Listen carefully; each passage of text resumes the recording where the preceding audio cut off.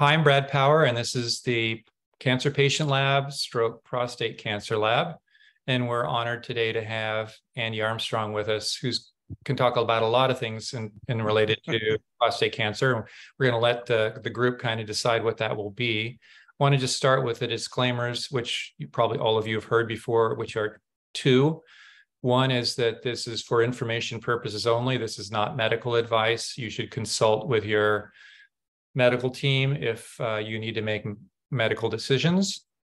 And the second is everything you say can and will be made public. So we will be publishing this recording and the notes and the transcript so that anybody can have access to it. We're particularly thinking of the people that aren't able to be here today, but are very interested in whatever Andy and the discussion, turn up.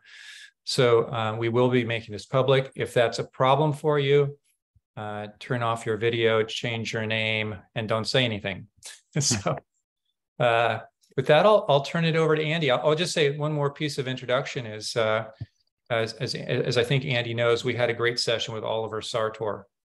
He was very generous with his time and with his candor.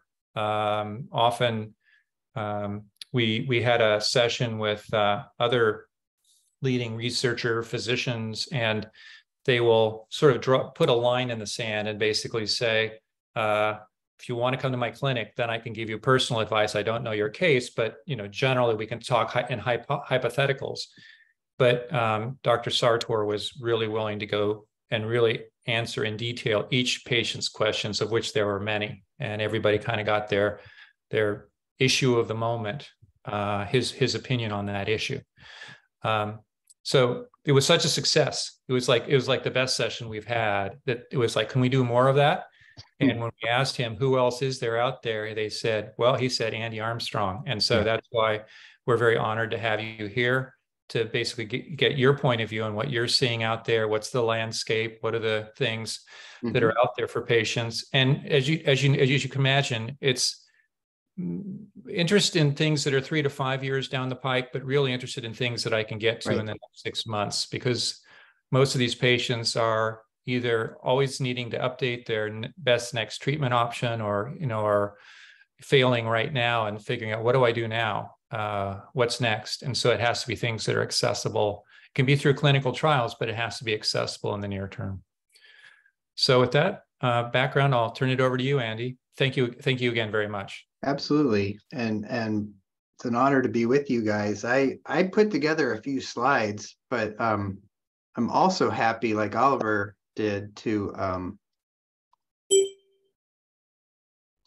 not use the slides. So hold on, something happened there.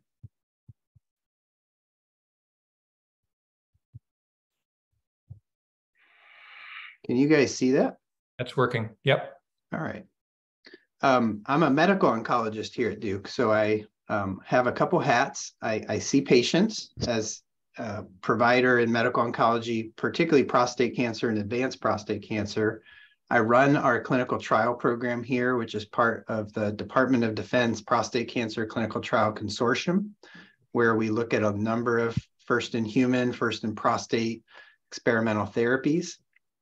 I run a lab here. I just came from my lab meeting where we're looking at, the intersection of how prostate cancer spreads and develops hormone resistance and evades the immune system. I spend a lot of time thinking about precision biomarkers to inform those treatments. So the talk I put together was a little more angled towards that, but I'm also happy to just stop talking and take questions about any of those topics. I was going to spend a few minutes talking about how artificial intelligence and digital pathology using AI solutions might actually inform on treatment for either yourself or for future patients who have advanced prostate cancer. So if you haven't watched the oral abstract that I presented at ASCO this past June in Chicago, this is a manuscript we're in the process of submitting, and I do think it's something that will change our practice in the next 6 months. And then, I could spend a few minutes on how liquid biopsies are used and could guide therapy. So if you're okay with that, maybe I'll talk a bit and then we'll open it up for questions. That sounds like a great agenda, Andy. So great. This is the title. It's a mouthful, but basically this title here is the ASCO presentation on our AI biomarker. And the idea was to use a digital pathology AI biomarker to predict the future and whether patients needed long-term hormonal therapy when they got radiation. So let me just start with the clinical question that we sought to address that many patients who are newly diagnosed are facing. So if you walk into your doctor's office and your PSA is above 20, or your Gleason score is 8 to 10, or your cancer has invaded outside of the prostate, that's called high-risk prostate cancer. And if some men choose prostatectomy and some men choose radiation and hormones, and for those men who choose radiation and hormones, there's this dilemma. Do you need long-term hormones, which is 2 to 3 years, or short-term hormones, or do you need any hormones at all? As we know that androgen deprivation therapy can improve survival, but not all men benefit the same, and some suffer a lot of side effects. But the current standard of care in most clinics around the country is to offer 2 to 3 years of hormonal therapy, which is timed typically right before the radiation, goes at the same time as the radiation, and then extends after the radiation is complete. And that's true whether you get IMRT, image guidance, modern dosimetry, or proton beam. And if you look at what our current tools are, we have genomic assays like Decipher, Oncotype, and many other genomic assays. We have clinical stratification tools. These are clinical factors, NCCN, risk groups, Capra scores. All of these are very helpful to guide prognosis. And prognosis means natural history. What is your personal risk of an event like death or mortality from prostate cancer, or the risk of distant metastases, which is what contributes to that, adverse outcome. And a prognostic tool is helpful, but it's got limited value because it doesn't necessarily tell you how to change your treatment to change that prognosis. What we're all searching for are things called predictive tools that can tell you what to do to improve those outcomes. And so we sought to apply some artificial intelligence tools to see if we could develop a predictive biomarker that would extend beyond what we have in clinic now, which is we don't have a predictive biomarker of that question of how long you need to be on hormonal therapy. This paper just came out last week. And so if you're not familiar with it, it's now in the public sphere.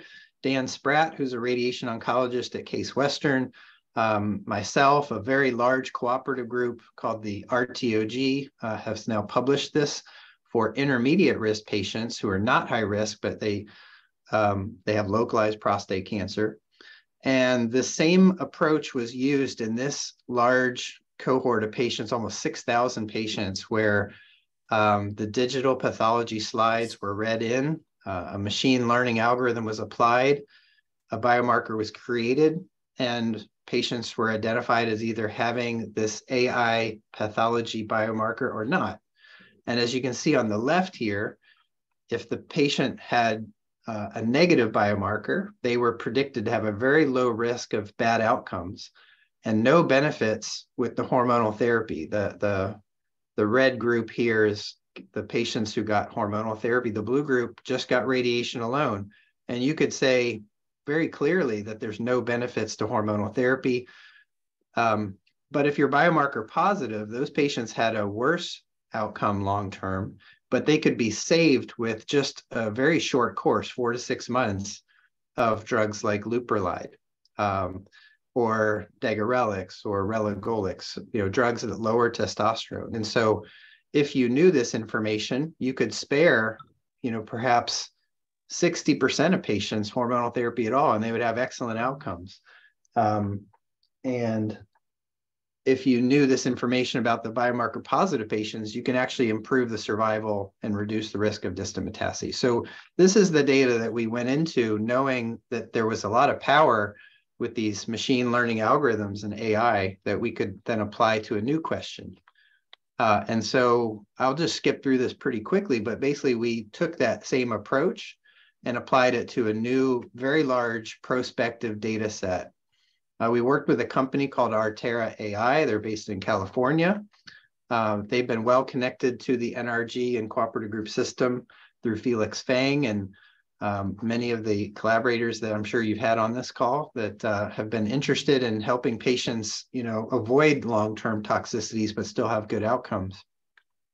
And so you can see here that, we started teaching the model through digitizing the prostate biopsy images. We basically fed that into a software program that can learn the important features of what's in a prostate biopsy.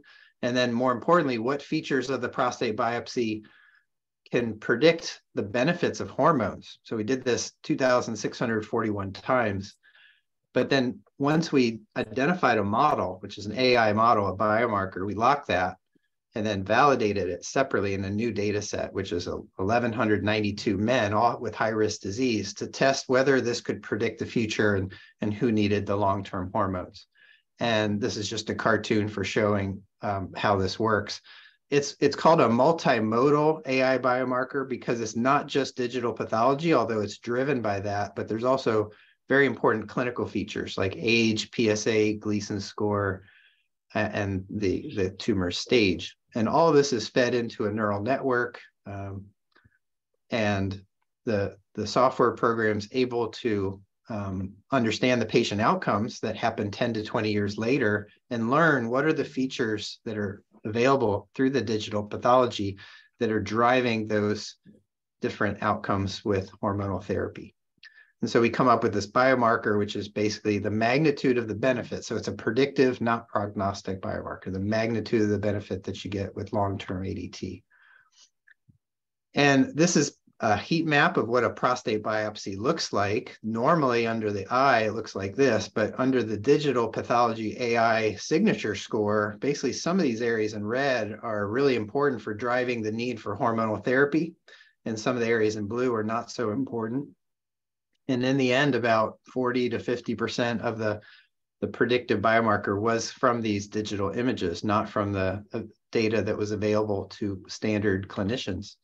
I'm going to skip through this to show you the punchline of the data. So in the NRG RTOG 9202 trial, first we wanted to point out that overall, for all patients, long-term hormones, which is 2 years, did reduce the risk of distant metastases. This actually, more than 10 years ago, changed our practice. And this is why we have the recommendation for long-term ADT based on this study. So this hazard ratio suggests overall a benefit to the hormones. And this is why we included this study, which was done many years ago now. And you can see that overall, there's a clear 9% improvement with long-term ADT and reducing the risk of distant metastases even at 15 years. But the key finding that we have is the primary endpoint of, can we find a biomarker that can predict whether men can safely avoid long-term hormones and still have a low risk of distant metastases? And the answer is yes. On the left here, just like I showed you with Dan Spratt's data, we have a biomarker negative group. These patients have a very low risk of distant metastases and no benefits at all. Hazard ratio is basically 1, no benefits of the long-term hormones, meaning they can get away with less hormones and still do great. No difference at 15 years in the risk of distant metastases. But on the right, the biomarker positive group, there's a 14% absolute benefit in reducing their risk of distant metastases, which is what contributes to the risk of dying of prostate cancer, and a very significant hazard ratio and a very significant what's called interaction test, which proves that this is statistically robust and for the biomarker as a predictive biomarker. Just to finish with this finding, we found that clinical data were not predictive. So the p-value was not significant for predictive utility for all the data that we have clinically, like your TNM, your PSA, your Gleason score. But the pathology AI was both prognostic and predictive, while clinical data was just prognostic, but not predictive. we met the same endpoint for death with distant metastases. I'll skip through that.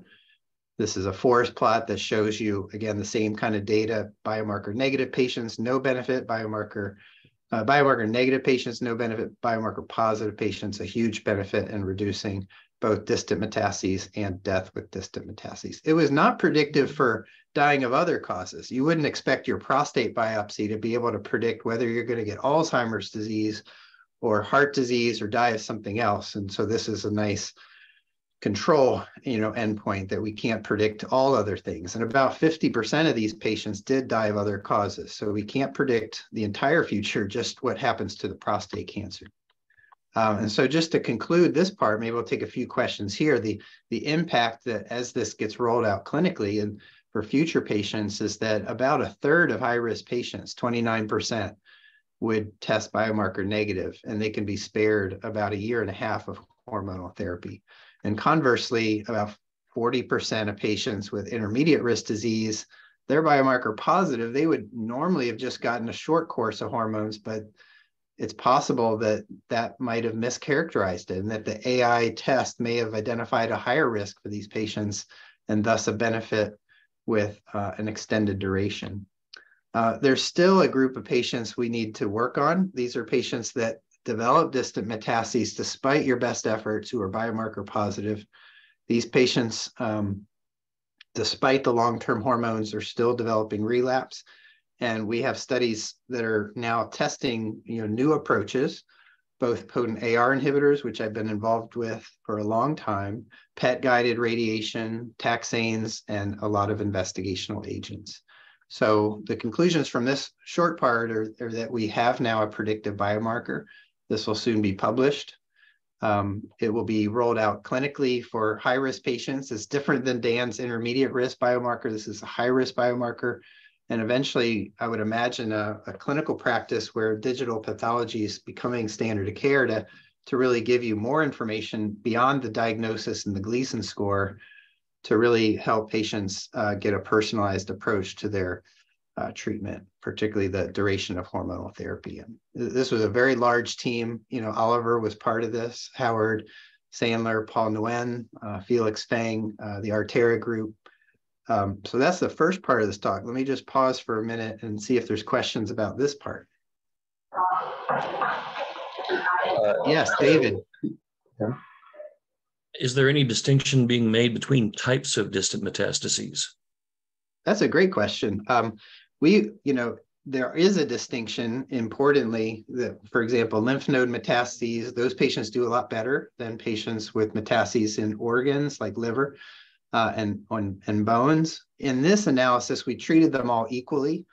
It gets a bit more granular and you start to lose power and sample size when you start to look at subgroups and subgroups. But I think that's a very important question to ask. But, for most patients with metastatic prostate cancer, they're dealing with a big impact on their lives because they're going to require long-term, lifelong therapy. They're going to be in a battle regardless of whether the type of metastases occur. They just may have different prognoses. Good question. Richard.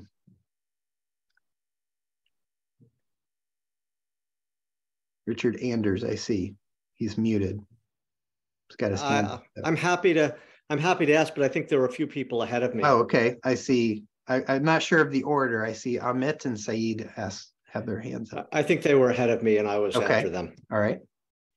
Thanks, Richard. So what is the definition of this biomarker? Is this something that you can extract from liquid biopsy today, or is this just coming from tissue biopsies, or how do you Yes. see that getting rolled out practically and people being able to know and understand this biomarker? Yeah, so the biomarker in this context requires the tissue biopsy. This is an example of the biopsy and how it was created. So we basically take the diagnostic biopsy, digitize the image. You don't get rid of the tissue. You're just taking a picture of the tissue at the microscopic level. This has not been applied to a liquid biopsy. That would be a whole new biomarker. This is tissue-based, and it can't be necessarily extrapolated to other settings and questions because it's really machine learning algorithm is based on thousands of patients that have 10 to 20-year outcomes. And it's all applied to this localized but high-risk settings. And it's based on these H&E images from prostate biopsies. It's not necessarily based on prostatectomy tissue, because this is all patients who have had radiation. Okay. I mean, we rarely get tissue biopsy in our life cycle, but we get liquid biopsies very often. So it'll be really interesting to see. Well, all patients have a prostate biopsies. biopsy. I don't know a single prostate patient, maybe one, who's never had a prostate biopsy, and that's how prostate cancer is diagnosed. So this is the diagnostic biopsy where the Gleason score was originally assigned. And and again, this is localized prostate cancer, not metastatic prostate cancer that we're applying this to. Okay, thanks. We have Saeed, maybe?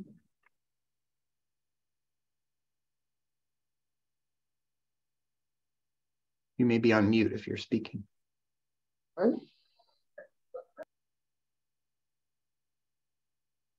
Hello?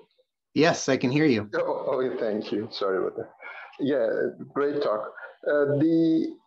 You mentioned the input is the image, which is great. Image, we do a lot with images. Image and all the clinical data. Okay, but the key here is image, right? Because the image is what led it to be predictive. The clinical data was prognostic, but not predictive. Right, and you use a training data set based on, but how do you define target here?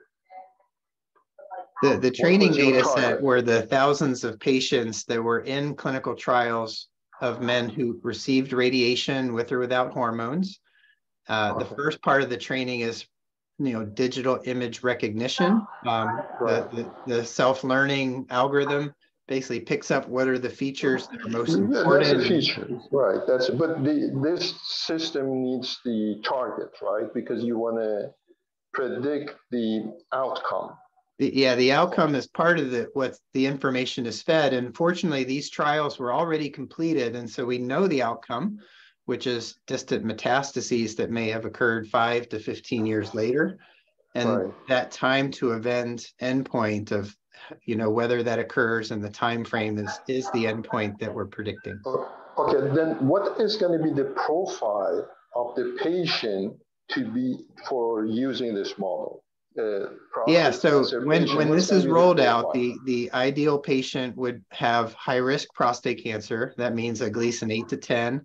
Okay. They would have T3 or 4 disease. They would have a PSA that's relatively high. And so they have localized non-metastatic prostate cancer. And then they're making a decision. There is no metastasis, right? No metastasis, right. No metastasis, okay. Now the power of this, as an example, we could apply this to metastatic patients to ask other questions. The proof of principle here is really great. We've now got 2 biomarkers, Dan's, intermediate risk marker. This one's for localized high risk, but now we're applying it in the metastatic setting to ask questions like, what are the genetic mutations? Could the AI predict which patients might have DNA repair alterations? Could you predict who needs radiation even when you have metastatic disease? Yeah, that's the one major problem using this AI model. We ask many questions and we try to answer many questions at the same time. The key here is answering the main question, right? That's exactly what we did. We answered the main question, and all I'm saying is that in the future, other questions could be asked with other data sets. And that's not a limitation. That's actually a strength of this for going forward for other studies. Yeah, but what was for that patient with that profile? First, we have a profile. We choose the patient based on the profile. And then what is the question? The question is whether that patient needs long-term ADT or short-term ADT. Very simple question, and that's what we answered. Beautiful, beautiful. I love it because it's a rare situation people ask it. Okay, now, what was the false discovery rate for this model? Yeah, Well, in this, a false discovery rate would be something like these patients. So these would be patients that, let me just show you on the slide here. So I showed this group. This would be patients that are biomarker positive who got the treatment, but they still developed metastatic disease. So the biomarker has not necessarily helped these patients. The biomarker identified them to be high risk. We gave them the treatment, yet they still failed. And so this is a group of patients that we probably need an additional biomarker to say who needs a potent AR inhibitor like enzalutamide or apalutamide or darolutamide or abiraterone. No, sorry. Now we are moving again to another branches. It would be a new question. Yeah. No, yeah, we jumped. Yeah. I strongly suggest not to do this one because otherwise we lose the usability of the model. Okay, now, how do you measure success? Because when we build a model, we need to define the way we say this is success or failure. How do you measure? Because it can be based on many things. Some of them is going to be FDR, well, success for patients would be not having metastatic disease and also being spared the long-term consequences of their hormonal therapy. And I think we've shown that. And then when you implement that in the clinic, success would be, the patient satisfaction and their outcomes. Oh, then how do you, sorry, I'm asking you, but I'm asking many questions, but it's important. But you say the outcome. How do you define outcome? Then we can measure the outcome and make it define the outcome here is whether a patient has distant metastases based on CAT scans and bone scans. When? Over time. Usually these events occur within 5 to 15 years. Okay. And then how do you measure this model's success if it needs 10 or 15 years? Well, we have the data set that has already followed those patients that far. Oh, okay. Maybe we can take some other questions. I would like to give other people the chance to ask questions. Thank you. Sure.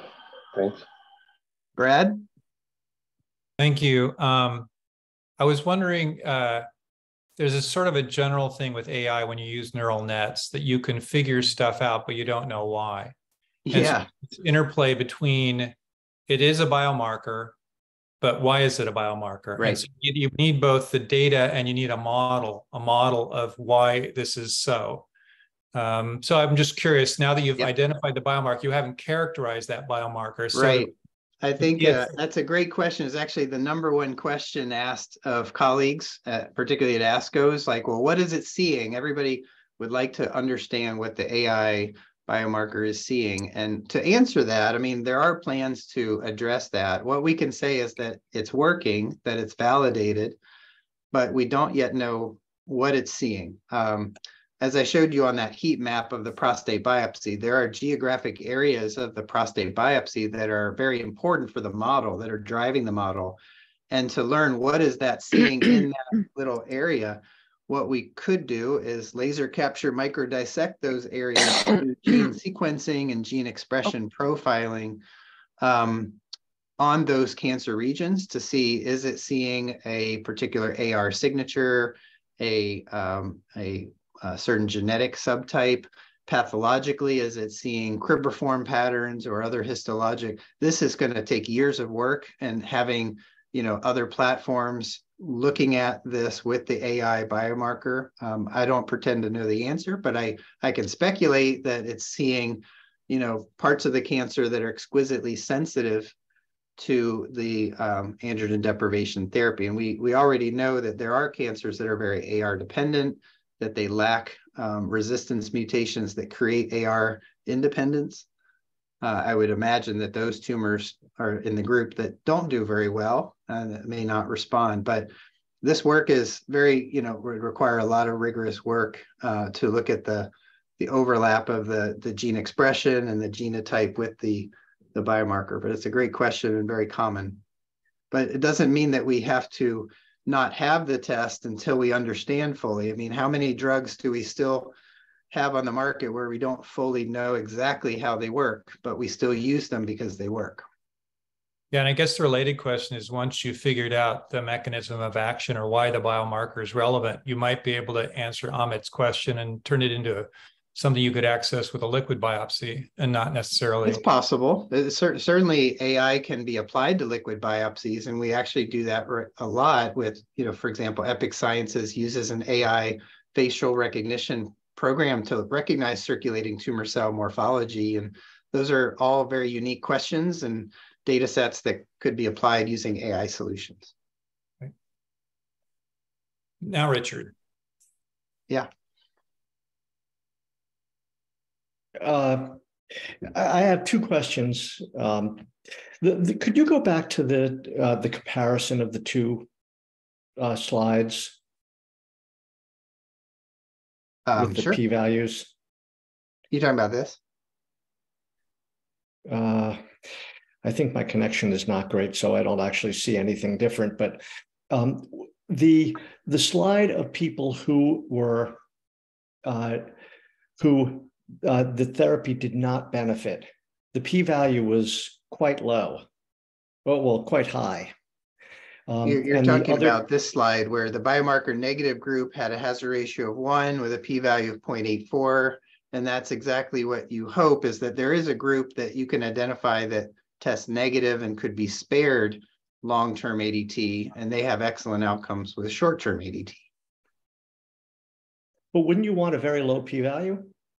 On the right, you've got the biomarker positive group where you have a very low p-value, meaning there is a big difference between the two treatment groups, where that is the group of patients that has a benefit from the long-term ADT. A very high p-value means there's no difference between the two treatment groups. I mean, I guess the whole point.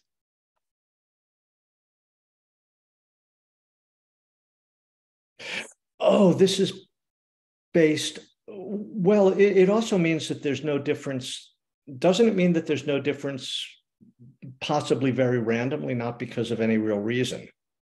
No, that's not what that means. That means there's no statistical difference between those two curves, and that the biomarker has identified a group where that treatment is not resulting in benefit, meaning that whether you got long-term ADT or short-term ADT, the patient outcomes are no different, and the p-value is about those outcomes.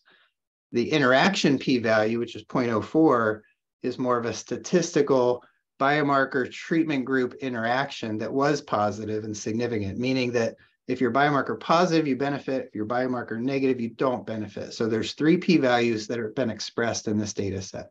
1 for positive patients, 1 for negative, and then the interaction between the two. Okay, I guess I'll have to think about that offline, because it's all right. Puzzling to me. But it would probably require some statistical training in what interaction tests are, but maybe we can follow up offline about that. Yeah, I don't need to take your time up offline. I do have one other question, and this might have been something Saeed was asking. I think my connection is not great. So if Saeed was asking this, please just say that we've already discussed it and let's move on. All right. But you trained the model, yes. And it sounds like you found that certain factors were not relevant, which suggests to me that you might have developed a number of models with the data set before you froze it.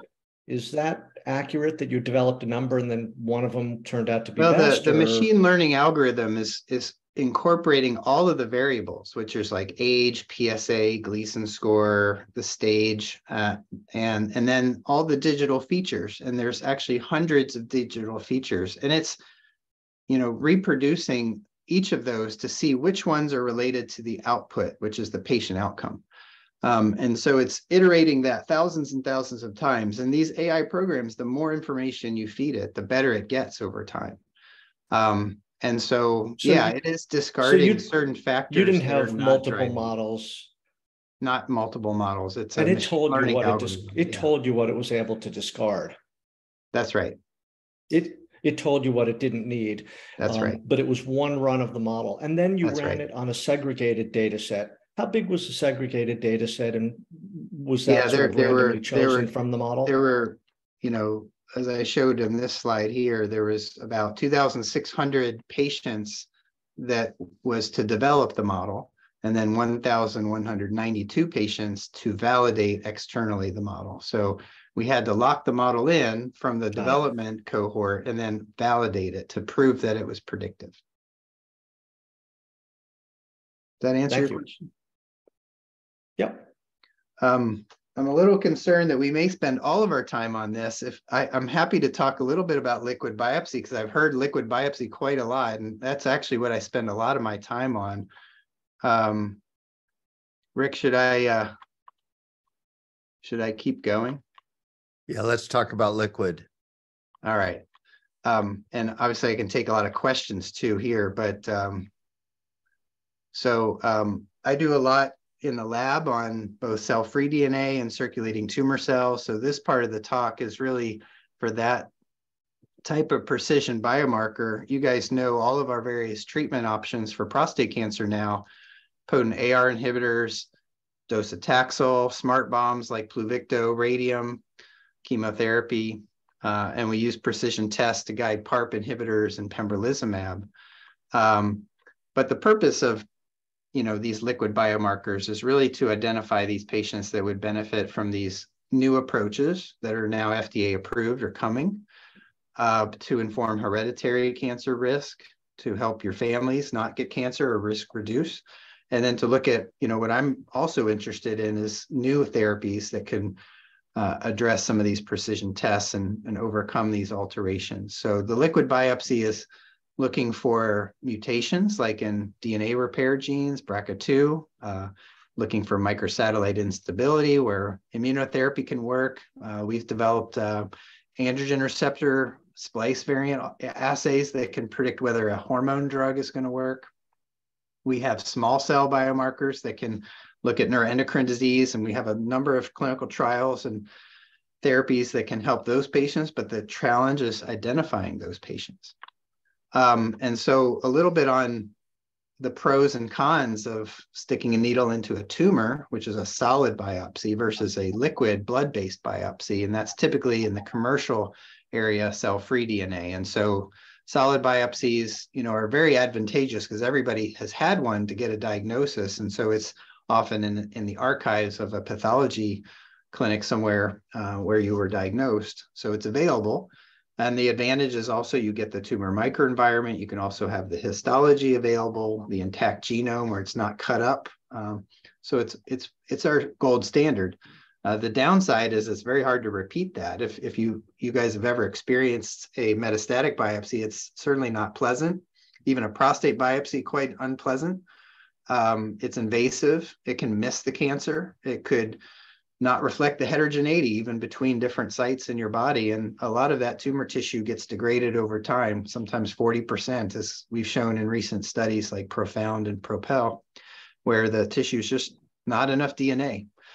So there's a great interest in liquid biopsy, which is non-invasive, very convenient. It's just a blood test. There's often a high concordance with the tumor biopsy. You can find germline and tumor alterations. There's a lot of information in the genomes that are circulating in our blood through cell-free DNA or circulating tumor cells. You can repeat it over time. If cost is not an issue, you can repeat these cell-free DNA assays to see how the cancer evolves or mutates or adapts to the treatment and changes. I did put this slide together because this is an area we're working on. These are areas that we really need to improve upon the existing commercial liquid biopsies. If you look at a Foundation test or Guardant or academic platforms, they are very good. They can pick up BRCA mutations, homologous repair, MSI, but what they miss are things that are very hard to pick up, like structural rearrangements and splice variants in the androgen receptor. These are areas that are not covered in the exome. They're covered in the intronic regions, and whole genome sequencing can pick this up, or deep sequencing around AR can pick them up, but not currently present in our commercial assays. It also doesn't pick up what's called phenotype. Genotype means the gene sequence. Phenotype means the form, function, output of that genotype. So the RNA expression, the protein expression, the morphology. Things like PSMA expression or PSMA PET imaging is phenotype, for example. Epigenetic signatures is a way of phenotype as well. Those things regulate gene expression, sometimes even more than genotype. And most of our commercial assays miss this. So I list a whole group of other things that are not presently in the liquid biopsy, but that we think are pretty important. Your immunologic and nutritional fitness, your microbiome and the circulating microbial metabolites that might be dictating your immune fitness, for example, and metabolism in your tumor. Measures of tumor burden and how much DNA is circulating and how many circulating tumor cells you have. And then there's also things called clonal hematopoiesis, which can be picked up. These are normal cells that have mutations, not even in the tumor. And so, my goal as a researcher in this field, we've been trying to develop liquid biopsies that are clinically valid, analytically valid in the lab, but also clinically valid, meaning they can help guide therapies and moving towards, these accurate and precise tests that are reproducible and that are related to outcome. And so this is a picture of a circulating tumor cell next to a white blood cell. We do a lot with these CTCs, which are viable cells, trying to understand and biologically characterize them at the genetic level, at the phenotypic level, to understand a range of their biologies. And so the goal is to move away from just giving randomized trials to unselected patients where you see modest effects, but a more precision medicine model where you're identifying patients that are more likely to benefit and optimizing their care in that way, where a test can be guiding that therapy to spare patients that are not likely to benefit the costs and toxicities. So I covered genotype and phenotype. This is just a picture to show that. I don't have a lot of time, but this just shows some examples of some characteristics we use now. When I see patients in clinic that have castration-resistant prostate cancer, there's a number of really important factors that help us determine the appropriate treatment and prognosis, how they function in life, their pain, their symptoms, their pattern of spread for their metastases, the amount of burden that they have and they're dealing with in their blood tests and their PSA levels. These are not predictive factors. They don't tell you necessarily what to do. And you can see these change. We definitely celebrate as we see these treatments improve those. But what we're trying to get at is predictive biomarkers. And so here's a picture of some examples of cell-free DNA and its power. So if you just pick up a plasma sample and you sequence the tumor DNA and you just ask the question, well, how much is there? The amount of circulating tumor DNA you have determines survival. Between the 75th quartile or percentile and the 25th, the more you have, the worse patients do. And so this is intrinsically obvious, but it's good to know that this works. And then within the context of treatment, whether it's an AR inhibitor or docetaxel, we see that the presence of circulating tumor DNA is associated with different outcomes. And even, certain mutations like BRCA2 can drive poor outcomes, even when adjusting for the amount of tumor DNA. These are some of the phenotypes of patients with prostate cancer, and you might find that you fit into some of these, but some patients present with metastatic disease. Some are developing anemia, bone marrow failure.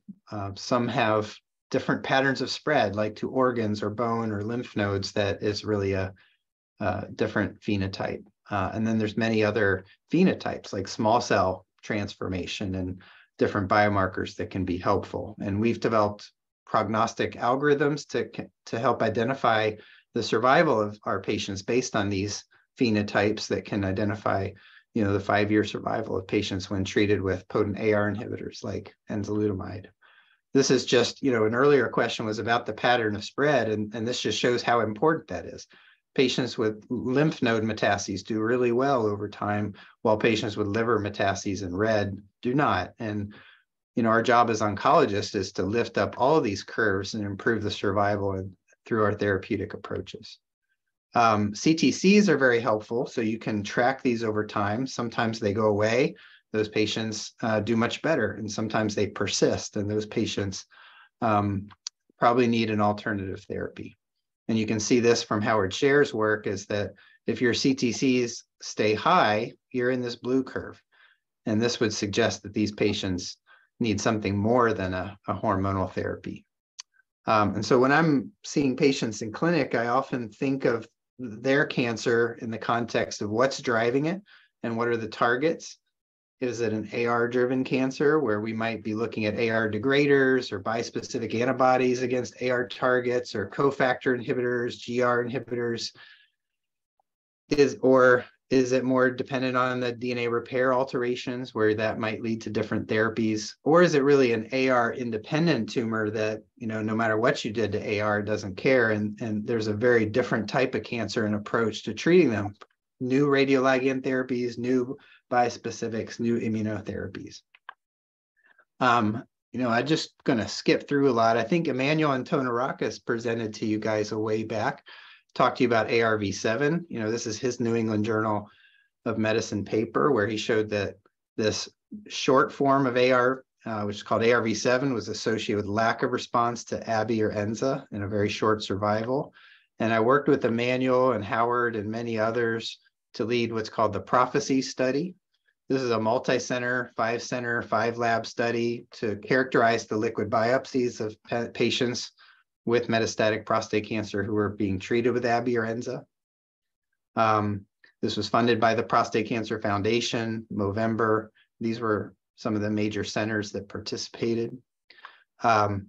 This led to the first ever Medicare reimbursed liquid biopsy using circulating tumor cells in prostate cancer. And that was just a few years ago. And so whether it was with the Hopkins mRNA ARV7 test or the Epic Sciences nuclear protein assay, we showed that ARV7 was associated with very bad outcomes in these patients who were treated with AR therapy. And so this was a helpful study. It showed that there was no responses in patients who tested positive. These patients definitely would need alternative therapy approaches. We also showed there was a lot of heterogeneity in these patients, that not all resistance is mediated through ARV7. These are individual patients and their, treatment journey, that most patients tested ARV7 negative, but some still developed resistance within a year. And so a goal became, besides these ARV7 positive patients who tend to have a very short outcome, can we identify other resistance mechanisms beyond ARV7? And I'll just jump to what about these ARV7 negative patients? So we published about 2 years ago on a new CTC assay that can pick up what's called the neuroendocrine phenotype. These are typically very aggressive looking small cells. That's why we call it small cell prostate cancer. And when you measure this in the liquid biopsy, you see beyond ARV7, a very poor outcome, both in our multi-center group, the Prophecy study, hazard ratio 4 to 5, as well as patients treated at Memorial Sloan Kettering, a separate cohort of over 150 patients. Again, the neuroendocrine liquid biopsy was able to identify patients that had an adverse outcome. When you look under the microscope at these CTCs, you can see quite a diverse picture of what these things look like. And so we've also published on the heterogeneity is associated with different outcomes. And this is just an example of that. We call that CTC chaos or entropy. And the more chaos in your sample, the harder it is to put that cancer into remission. It's like some cancers are so chaotic that they have pre-hardwired resistance mechanisms and so much heterogeneity that there's many ways that they can resist our therapies. And particularly for monotherapies like ABI or ENZA, that's true. With broader chemo poisons like taxanes, that's not as true, which is able to kill many of these cells. This is an example of a patient of mine who we've published on, where he had a metastatic prostate cancer that became hormone resistant. He responded very well to enzalutamide. His cancer went into remission, but we found on his circulating tumor cells that these little small cells started to emerge just as his cancer was starting to grow. And you can see it started to grow and obstruct his bladder. We got a prostate biopsy and proved that he had small cell transformation with synaptophysin and loss of PSA production in his cancer. And that ultimately is what led to his unfortunate passing. And so he has what's called transformed neuroendocrine prostate cancer.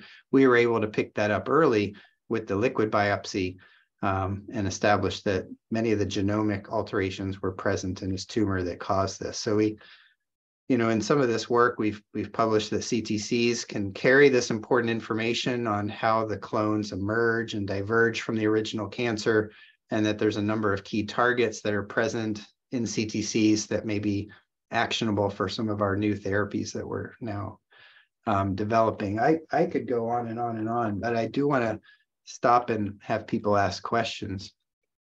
I would just like, last statement is our latest publication, which came out 2 months ago, was to develop a prostate-specific membrane antigen liquid biopsy of CTCs. And we were successful in doing this, not with a PET scan, but with a liquid biopsy.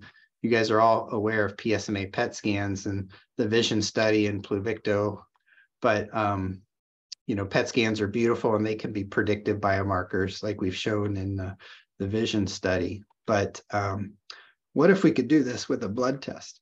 And that's what we did. And we can measure PSMA on CTCs right here using an immunofluorescent assay. We can show that PSMA expression is sometimes very positive and sometimes negative and sometimes quite heterogeneous in the blood of patients that have hormone-resistant prostate cancer. And that when you have PSMA positive disease, those patients don't do as well with standard hormonal therapy, but we obviously think we can rescue those patients with PSMA targeting therapy. So that's kind of the purpose for our study going forward, is to take patients who are PSMA positive, look at this liquid biopsy, but now try to improve their outcome with PSMA-directed therapy. And I think I'll stop talking. I see some hands from a couple people. Let's see. I'm not sure who's first. I see Robert, Amit, and David. I can go first. So two All right. questions. You mentioned that there are a lot of things that liquid biopsies can't show. Right. Of those that are available, which do you think comes closest to being ideal? Well, the ones that are available that you could order as a patient right now and have your insurance pay for would be like a Foundation Liquid or a Garden 360. And what you get out of that is all the homologous repair genes. You get P53, RB1, you have microsatellite instability, and you can measure that over time, but it's a pretty limited panel. It's about 80 to 90 genes. Most patients, if you don't order it at the right time, there may not be enough DNA to even get an informative result.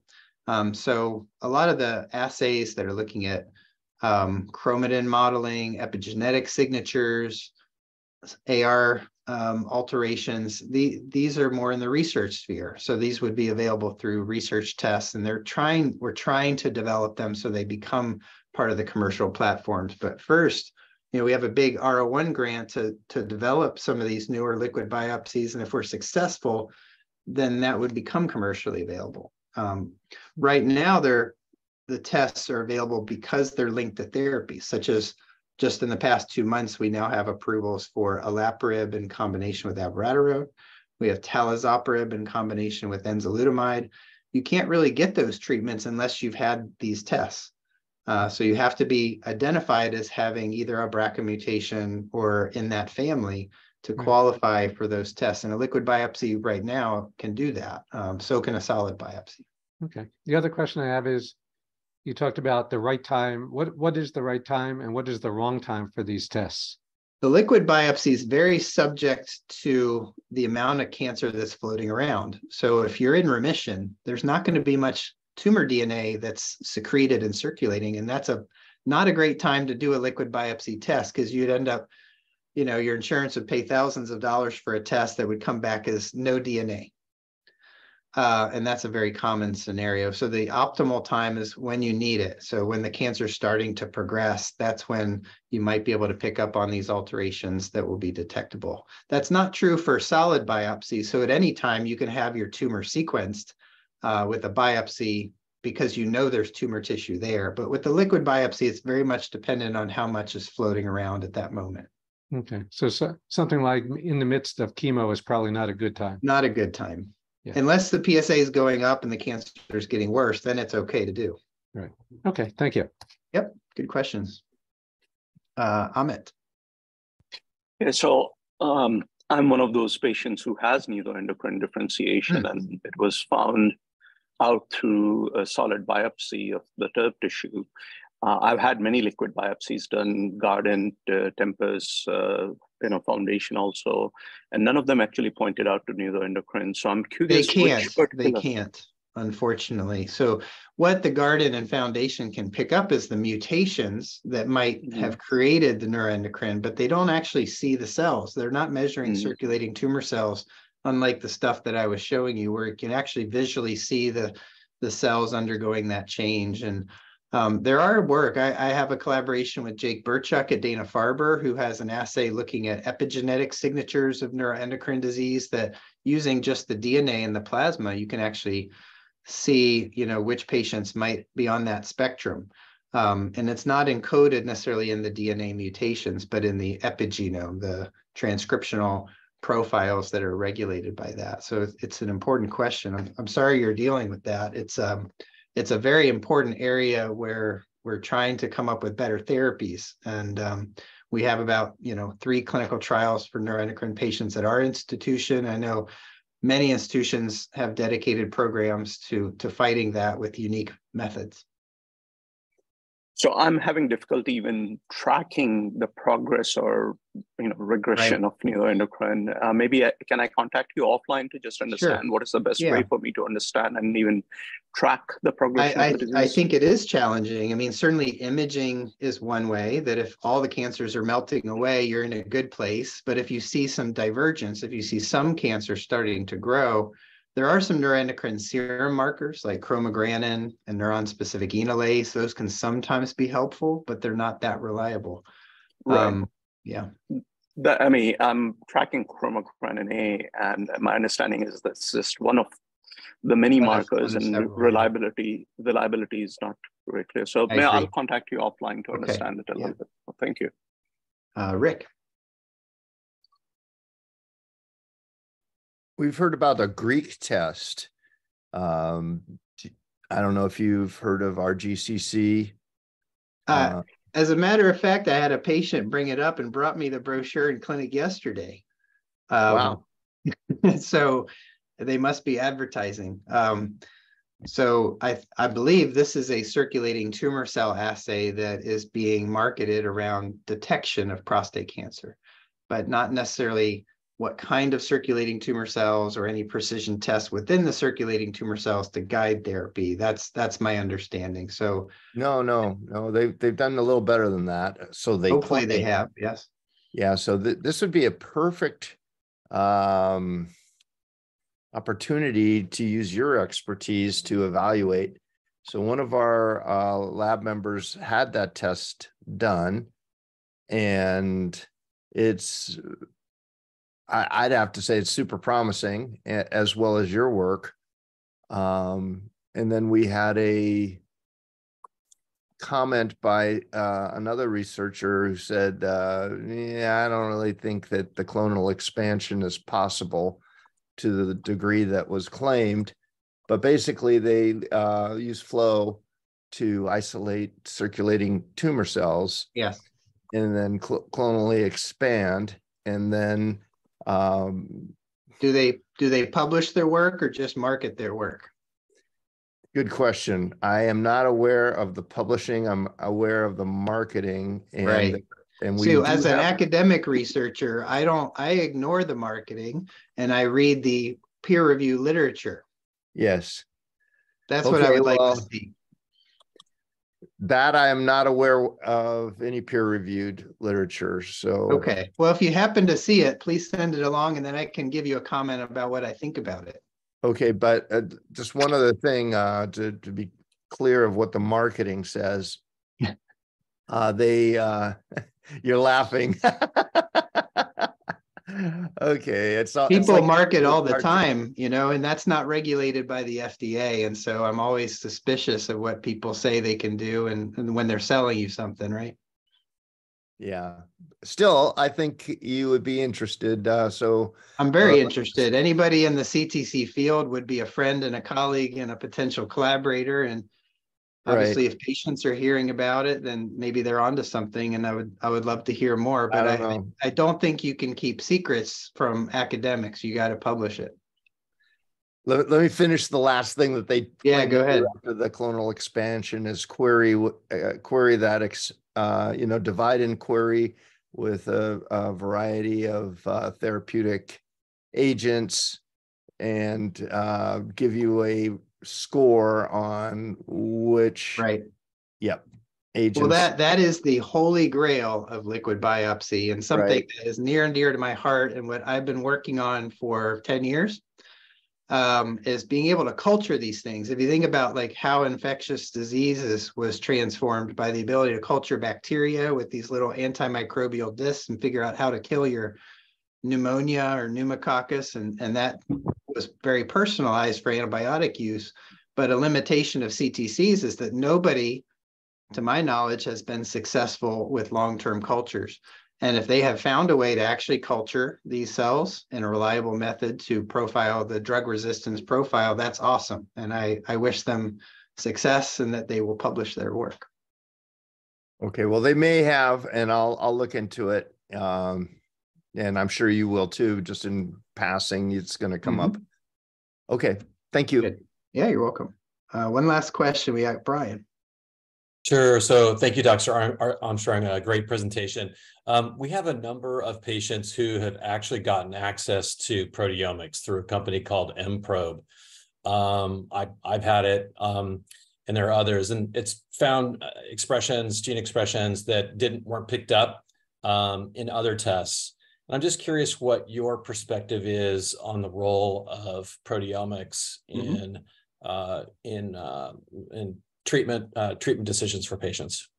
Well, I would say that proteins are very important in general, that most of our genes, in order for them to have function in a cell, they have to turn into proteins, so if you just have a genetic alteration that doesn't affect a protein, it's going to be of unclear significance. And so in the lab, which I run, we do a lot of proteomics to characterize resistant cells. And we find, very surprising things and quite heterogeneous things between cells that are derived from patients, for example, where there's different metabolic defects or different pathways that are activated based on the proteomic profile that may be very distinct from the genomic profile. So the RNA and protein pathways can be uncoupled sometimes. And I'm all for that moving into the clinic. What I would say is we don't have the very strong clinical validation studies of proteomic pathways to guide therapy. Doesn't mean you can't do it. It's just it's a little bit of the Wild West right now. We don't know how reproducible it is from patient to patient, from sample to sample. There's a lot of noise in the proteomic system. And we don't yet know if changing your treatment guided based on a proteomic signature will result in patients living longer. And that's what we need to do. And, for any company that's getting into this, again, it's need the research, not just marketing, to guide that approach. And I'm all for that. We're trying to develop proteomic signatures on CTCs so that you can do a liquid biopsy and look at the protein assays. Right now, we've been doing a single protein at a time, which is frustrating. The technology is there, though, that you can do single cell proteomics now. Okay, great. Thank you. All right, guys, this was great. And again, I'm happy to have maybe more of a therapeutic discussion, put on a different hat for a different session in the future. Great. We'll try to schedule that. Andy, thanks very much for your time today. You're welcome. Good to be with you guys. Thanks so much. You're welcome. Thank you. All right.